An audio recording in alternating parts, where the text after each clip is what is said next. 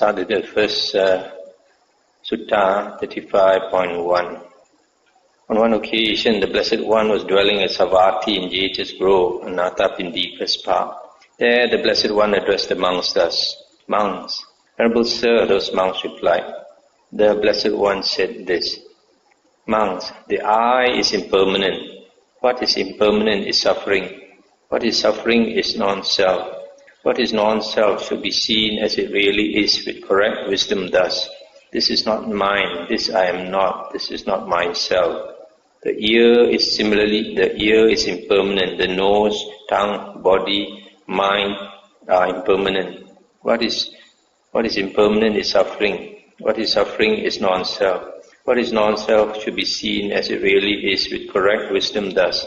This is not mine, this I am not, this is not myself." Seeing thus, monks, the learned noble disciple experiences revulsion towards the eye, revulsion towards the ear, revulsion towards the nose, revulsion towards the tongue, revulsion towards the body, revulsion towards the mind. Experiencing revulsion, he becomes dispassionate. Through dispassion, his mind is liberated. When it is liberated, there comes the knowledge it's liberated. He understands, destroyed his birth, the holy life has been lived. What had to be done has been done. There is no more for this state of being.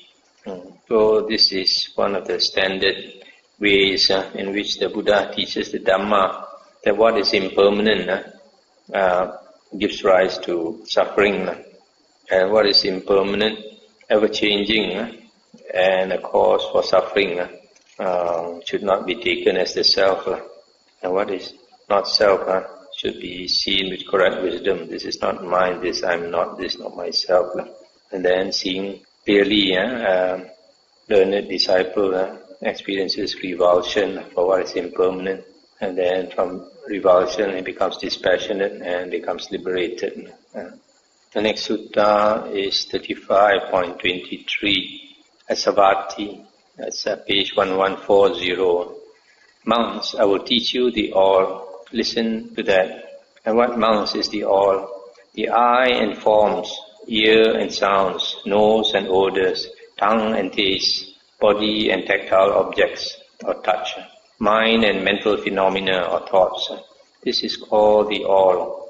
If any one monk should speak thus, "Having rejected this all, I shall make known another all," that would be a mere empty boast on his part.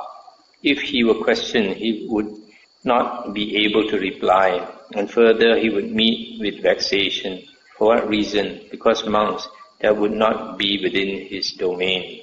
That's the end of the sutta. So the Buddha says, the all is the eye and forms, ear and nose, tongue and odors. Nose and odors, tongue and taste, body and tactile objects, mind and mental phenomena. The six senses. The six senses comprise the six sense organs, and then the objects, the external objects like forms, sounds, smells, taste, touch, and thoughts. Now, consider each sense base.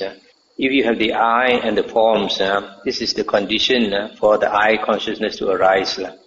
And then the meeting of the three is contact. It's contact. So when there is contact, then feeling arises, and followed by perception, thinking, volition, etc.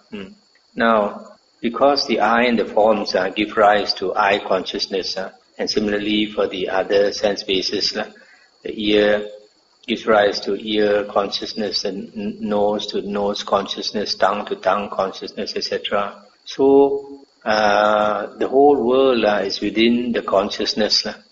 Without consciousness there is no world.